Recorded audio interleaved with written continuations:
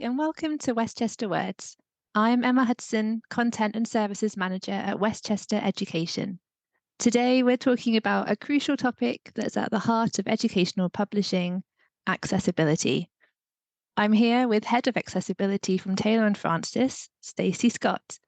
Stacy, welcome, and thanks for joining me. Hi, Emma. Thank you so much for having me. And it's definitely a crucial topic to me. Yes, definitely. It'd be fascinating to talk about today as well. Firstly, could you tell us about your role as Head of Accessibility? Absolutely. So, as you mentioned, my name is Stacy Scott, and I'm head of accessibility for Taylor & Francis, which is an academic publisher. So, my role involves being responsible for setting the accessibility strategy, and this is across all different departments across Taylor & Francis Publishing. So, that includes books, journals, websites, platforms, even marketing. So making sure that the content that we're putting out there is accessible. So it could be, are our tweets accessible? Do they have alt text? Do they have a camel case for hashtags and things like that? So it's very, very broad across the business.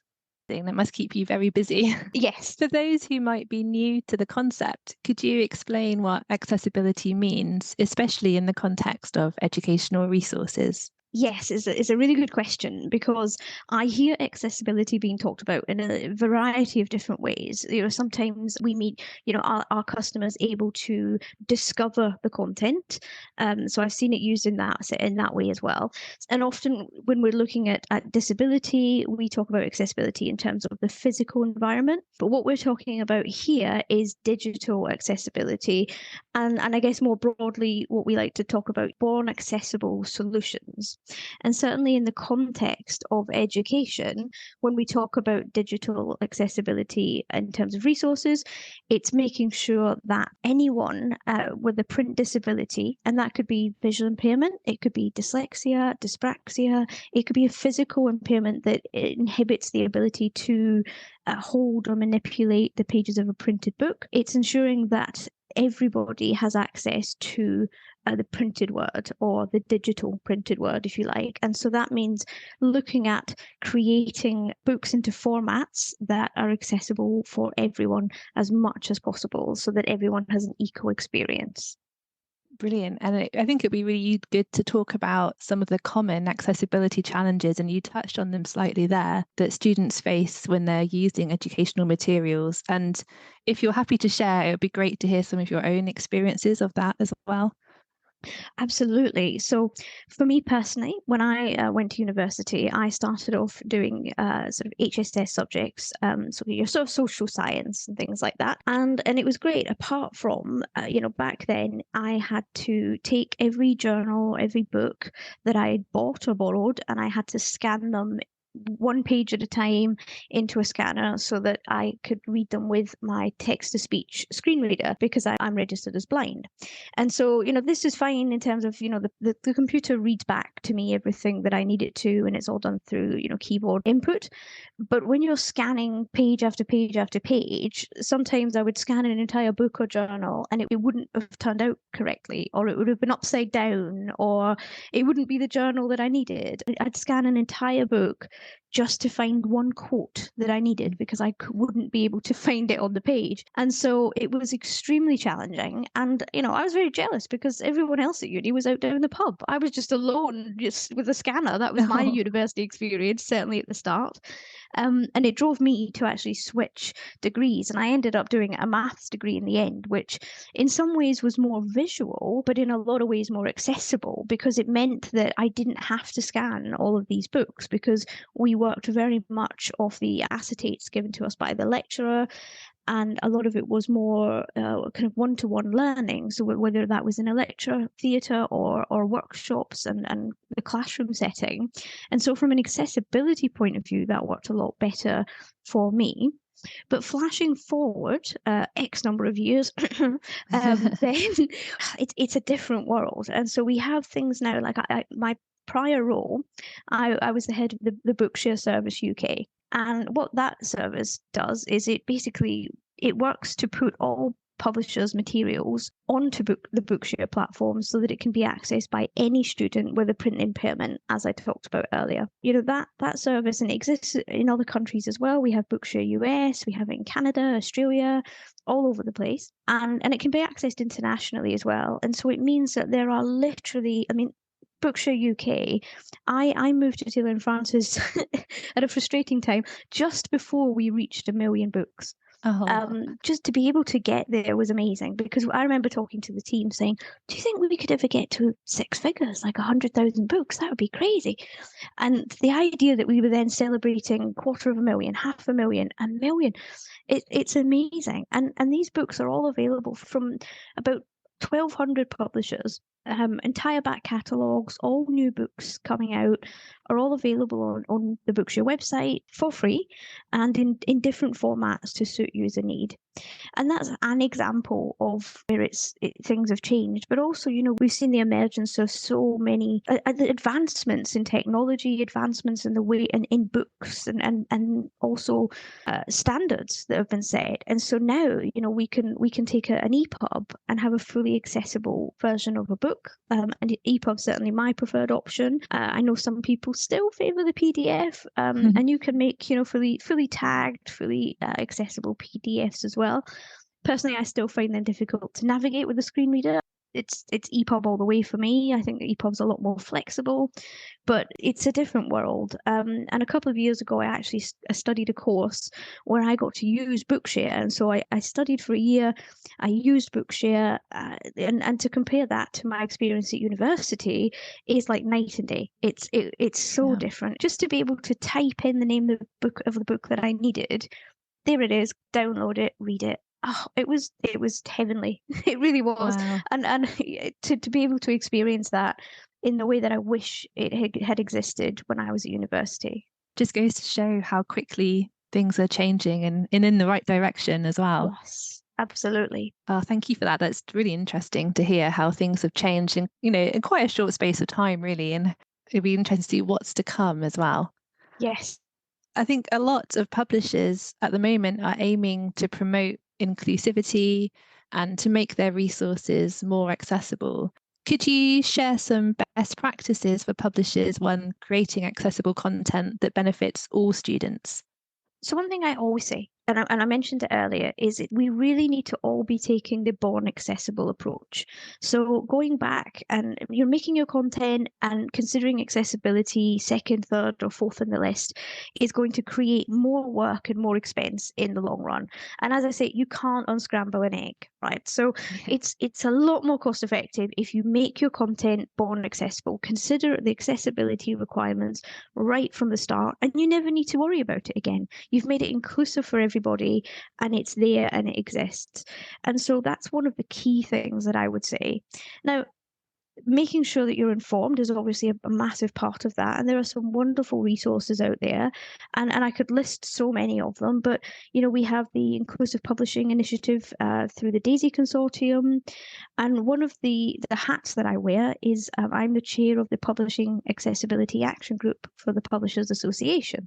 And that group brings together anyone who is working or who is involved in the digital accessibility space. That could be, publishers, vendors, aggregators, end users, anyone who has any interest or any questions or just wants to be part of the learning that goes on in that group. So I would say that's the second key thing. It's making sure that you're informed and you're joining these groups, because there are so many others out there, and they're all free.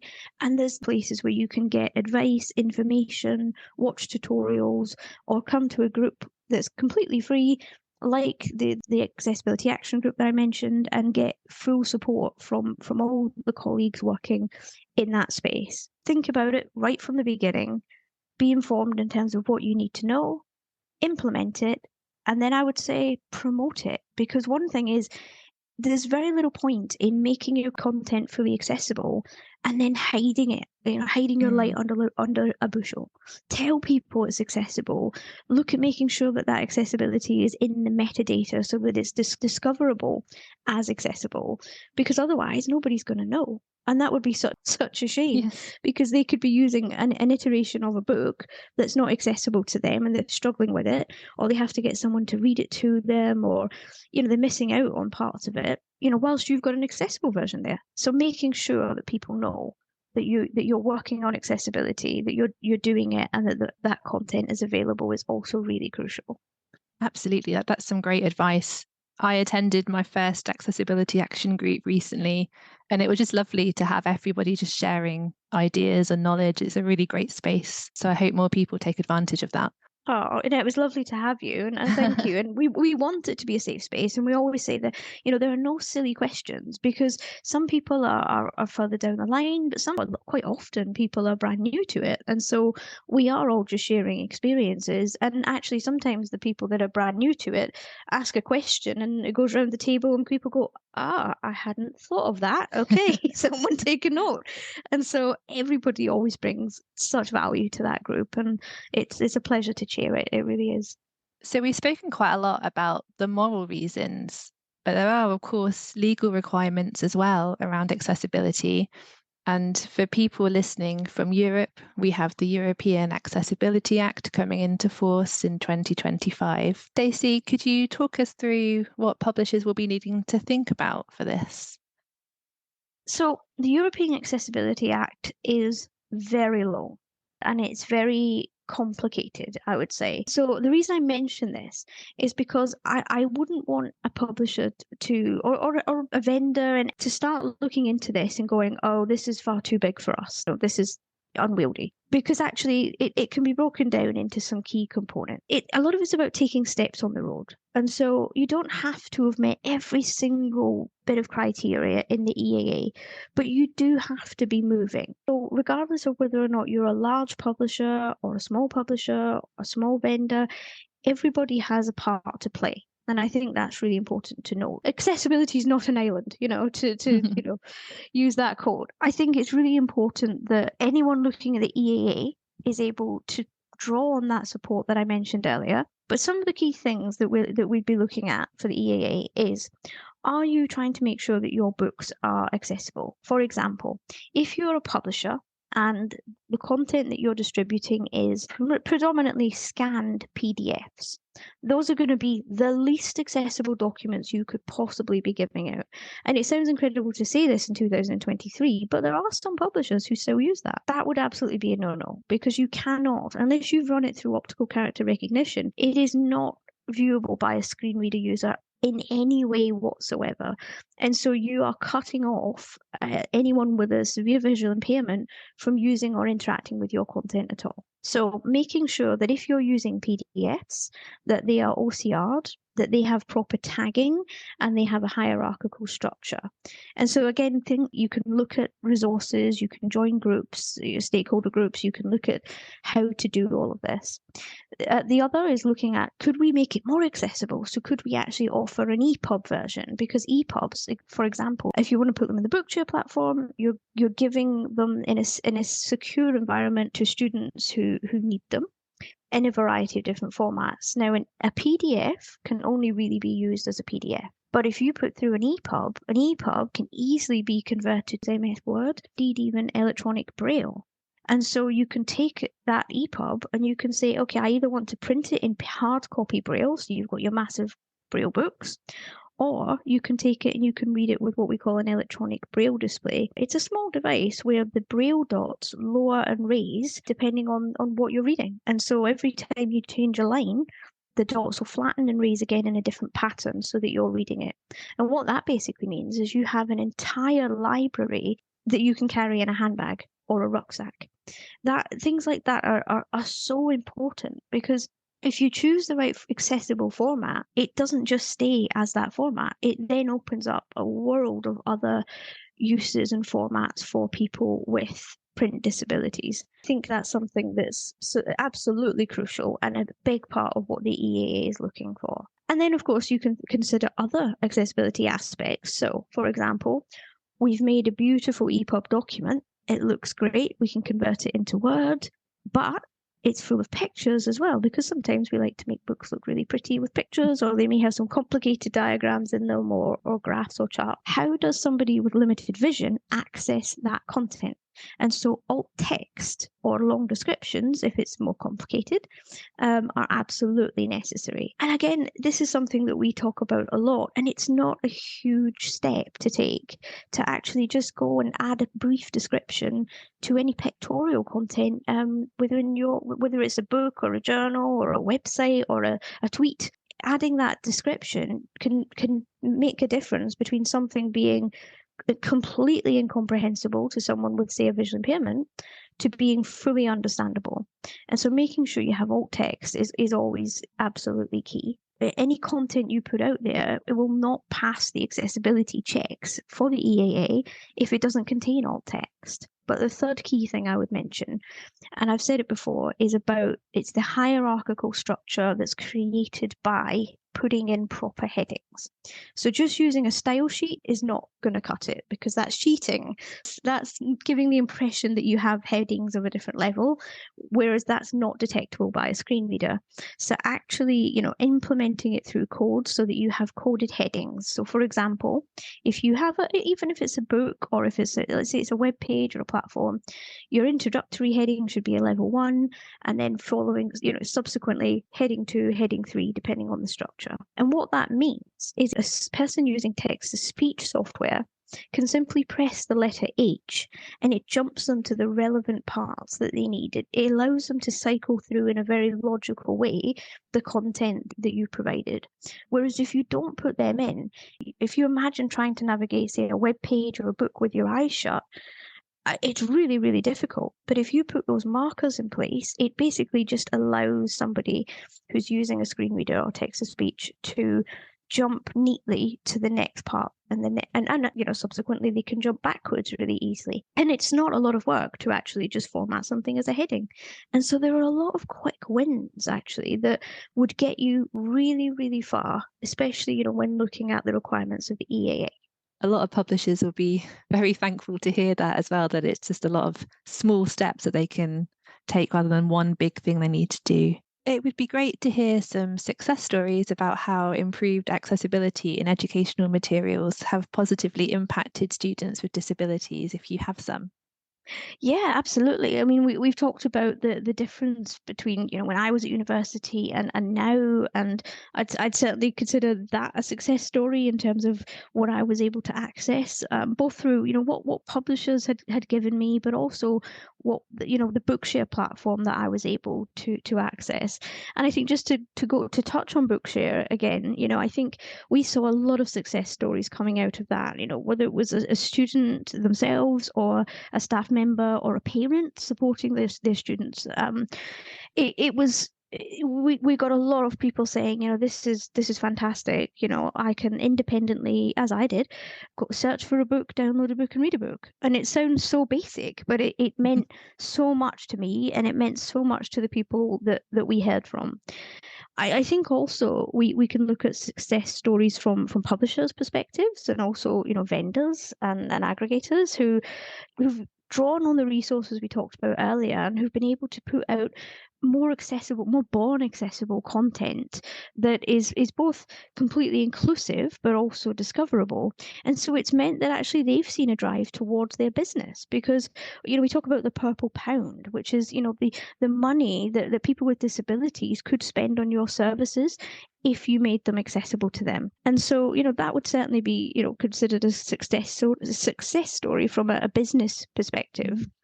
I think also, just looking at, being able to support whether it's your customers or whomever, I think making sure that you're offering a fully inclusive experience is really crucial. And through Taylor and Francis, we've seen a lot of people who, come to us because they know we offer accessible solutions, both in our content and our platforms, but also we're very transparent about what we're doing. So we make sure that our accessibility statements are up to date, talking about the things that we've made accessible, where we're at in the roadmap, and sometimes in cases of things that we still need to work on.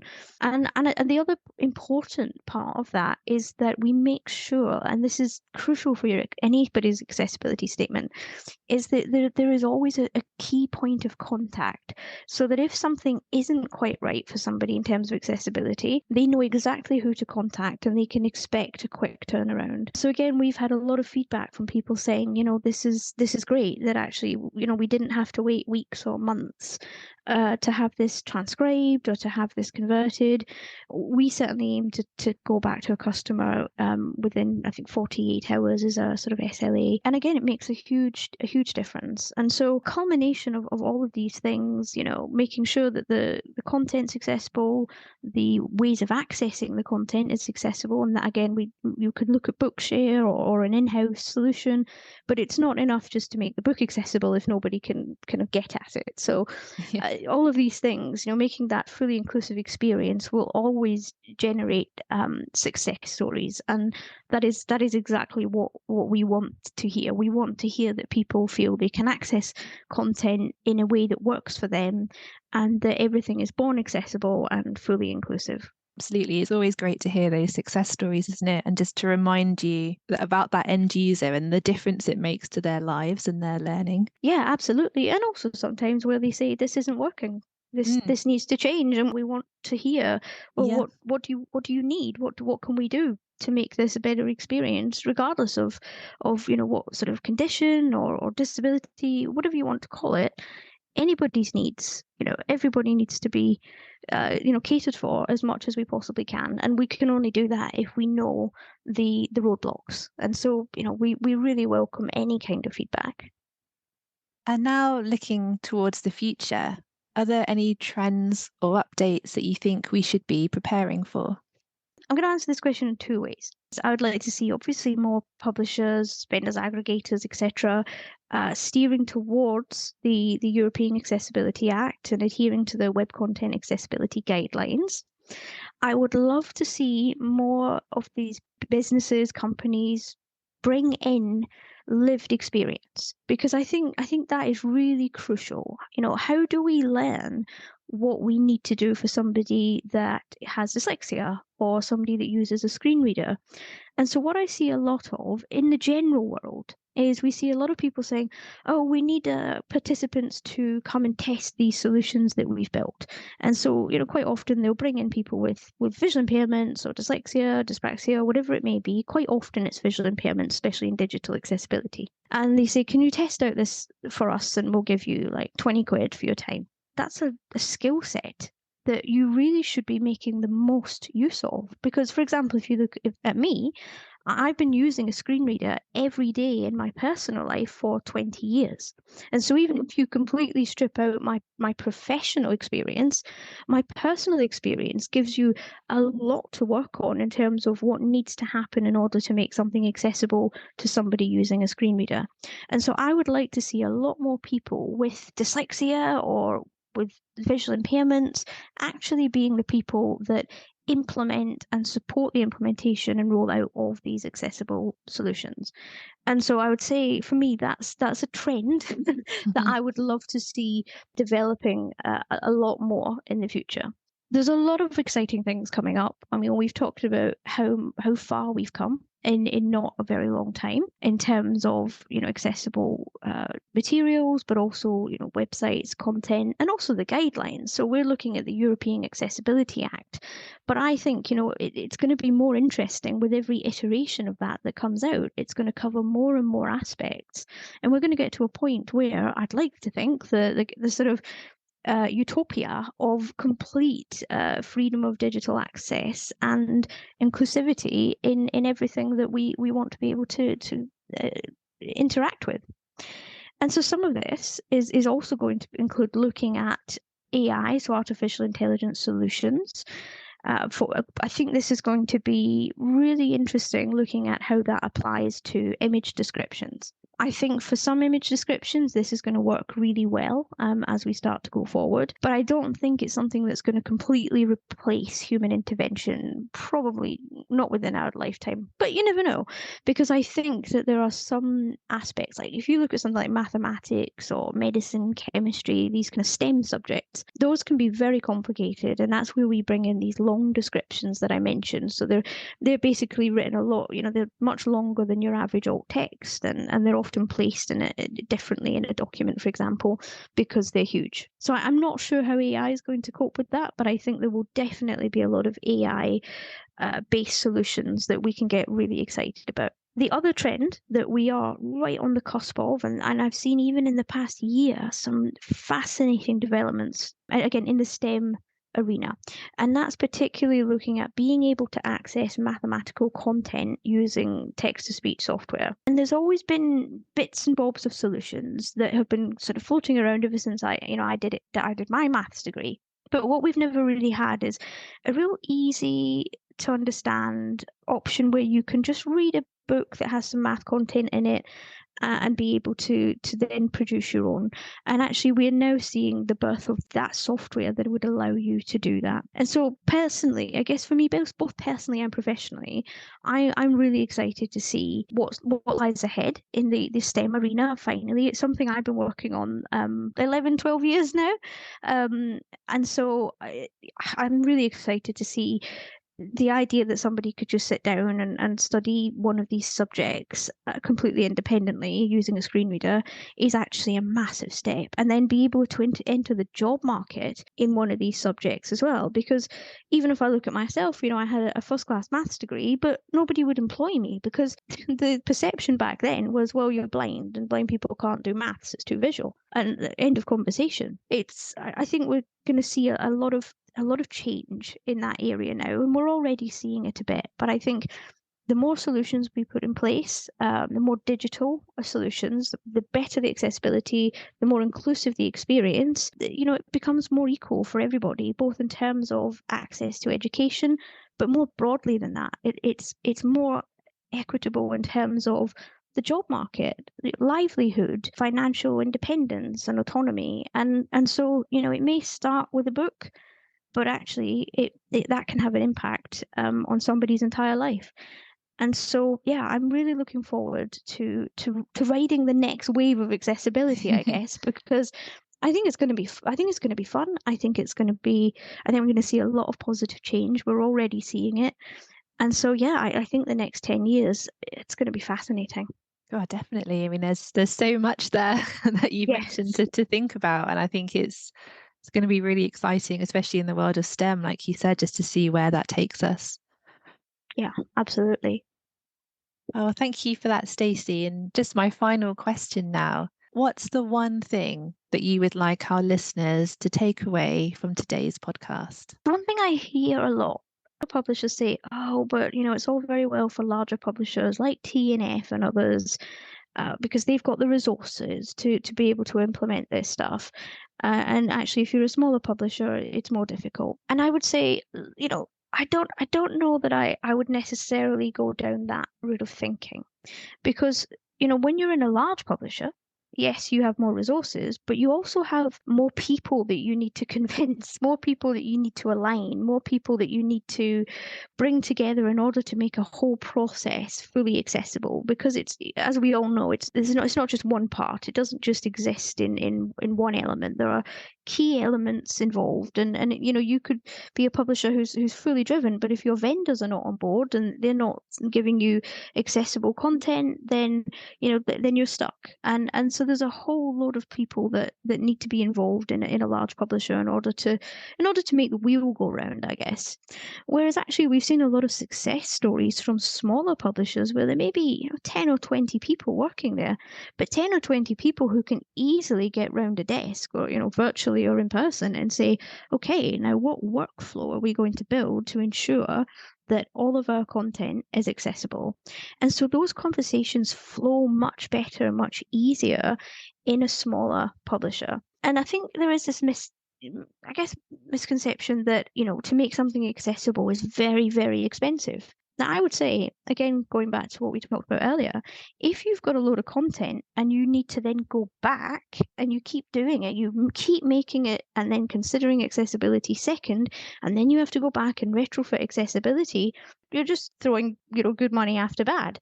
But if you start at the beginning, considering accessibility and making your content inclusive for everybody from the start, then actually it doesn't need to cost you any more money at all, because it can be as simple as I said, adding headings, choosing the right accessible formats, choosing font that works for everybody or as many people as possible, adding alt text, tagging.